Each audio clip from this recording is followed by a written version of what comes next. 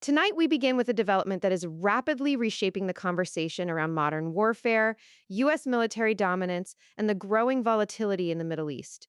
Reports emerging from Iranian state linked media are describing what they are calling a major military success: the downing of a United States F-35 stealth fighter jet over Iranian territory. This is not just another headline in an already tense geopolitical environment. If this account reflects reality, it represents something far more significant, a moment that could challenge long held assumptions about the effectiveness of advanced Western military technology and the limits of regional defense systems. To understand why this matters, you have to understand what the F-35 represents. This is not an ordinary aircraft. The F-35 Lightning II is widely considered one of the most sophisticated fighter jets ever developed, designed with stealth capabilities that allow it to evade radar detection, penetrate heavily defended airspace, and carry out precision strikes with minimal warning. It is a central pillar of U.S. and allied air power, not just because of its firepower, but because of its survivability. The entire concept behind the F-35 is built on the idea that it can operate where other aircraft simply cannot. So when a claim emerges that such a jet has been detected, tracked, and ultimately shot down, it immediately raises profound questions. Iranian sources are framing this event as a demonstration of their advancing air defense capabilities. According to these reports, their systems were able to identify and engage a target that is specifically engineered to remain invisible. That claim, if accurate, would suggest a level of technological capability that goes beyond what many analysts have publicly credited Iran with possessing. It would indicate not just incremental progress, but a potentially meaningful leap in their ability to counter stealth technology, something that could have implications far beyond this single incident. At the same time, there has been no immediate public confirmation from U.S. defense officials acknowledging the loss of an F-35 in this context. That absence of confirmation does not resolve the situation and complicates it. In situations involving sensitive military assets, information is often tightly controlled. Statements are delayed, carefully worded, and sometimes intentionally limited. This creates a space where competing narratives can take hold and where perception begins to play almost as important a role as verified fact. What we are seeing unfold is not just a question of what happened in the sky, but also a contest over how that event is understood around the world.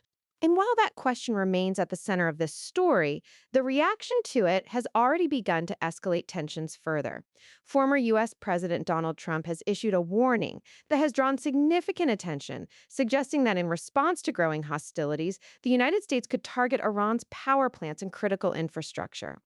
This is not routine political language. It is not the kind of statement that exists in isolation. It introduces the possibility of a much broader conflict framework, one that moves beyond military to military engagement and begins to touch the systems that sustain civilian life. When infrastructure becomes part of the conversation, the stakes change dramatically. Power plants are not just strategic assets, they are essential to the functioning of society. Targeting them would have cascading effects, impacting hospitals, communications, transportation, and basic daily life for millions of people. Historically, actions against critical infrastructure are seen as escalatory because they blur the line between military objectives and civilian impact. That is why statements like this resonate so strongly, and why they are being closely watched not just in Washington and Tehran, but across the international community. To fully grasp the weight of this moment, it is important to place it within the broader trajectory of U.S. Iran relations. This is a relationship defined by decades of tension, mistrust, and periodic confrontation, from economic sanctions to proxy conflicts across the Middle East, from cyber operations to direct military incidents. The two countries have been engaged in a complex and often shadowy struggle. Each side has developed strategies designed to counter the other, and over time, those strategies have evolved in response to changing technology and shifting geopolitical realities. What makes the current situation particularly volatile is the convergence of multiple factors. There's the reported downing of a highly advanced aircraft, which challenges assumptions about technological superiority. There is the strong and public rhetoric from a major U.S. political figure, which signals a willingness to consider broader forms of retaliation. And there is the existing backdrop of regional instability, where multiple actors and interests intersect in ways that can quickly amplify any single incident. In that environment, even a single event can have ripple effects. It can influence military planning, diplomatic positioning, and public perception all at once. It can alter calculations about risk and response. And perhaps most importantly, it can create pressure on leaders to act, to respond, to demonstrate strength or restraint, depending on how they interpret the moment. Another critical aspect of this story is the role of information itself. In modern conflicts, information is not just a byproduct, it is a tool. Narratives are shaped, messages are amplified, and timing is carefully considered. The way an event is presented can influence how it is perceived, and that perception can in turn influence real world decisions. In this case, the Iranian portrayal of the incident emphasizes capability and control, while the lack of immediate confirmation from the US side leaves space for interpretation. That dynamic creates uncertainty, and uncertainty is often where tensions can grow most rapidly. There is also a technological dimension that cannot be ignored. The ongoing development of air defense systems, radar capabilities, and electronic warfare tools is changing the nature of aerial combat. Stealth technology, once seen as a near guarantee of operational advantage, is increasingly being tested by new detection methods and integrated defense networks. If systems are emerging that can reliably detect and engage stealth aircraft, that would represent a significant shift in military balance, not just in the Middle East, but globally. At the same time, it is important to approach such claims with careful analysis. Military capabilities are complex, and isolated incidents do not always reflect broader trends. Even if a stealth aircraft is successfully engaged, the circumstances matter.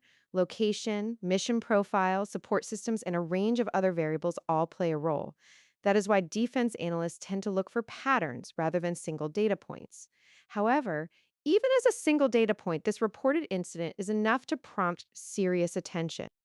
As the situation continues to develop, the key questions remain open. What exactly happened in the airspace over Iran?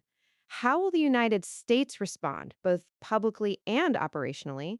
And how will this moment influence the already fragile balance in the region? These are not questions with immediate answers, but they are questions that will shape the next phase of this story. What is clear is that we are looking at a moment of heightened tension where actions, statements, and interpretations are all interacting in real time.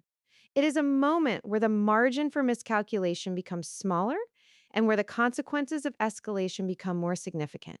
And in that kind of environment, every development matters, not just for what it is, but for what it could lead to next.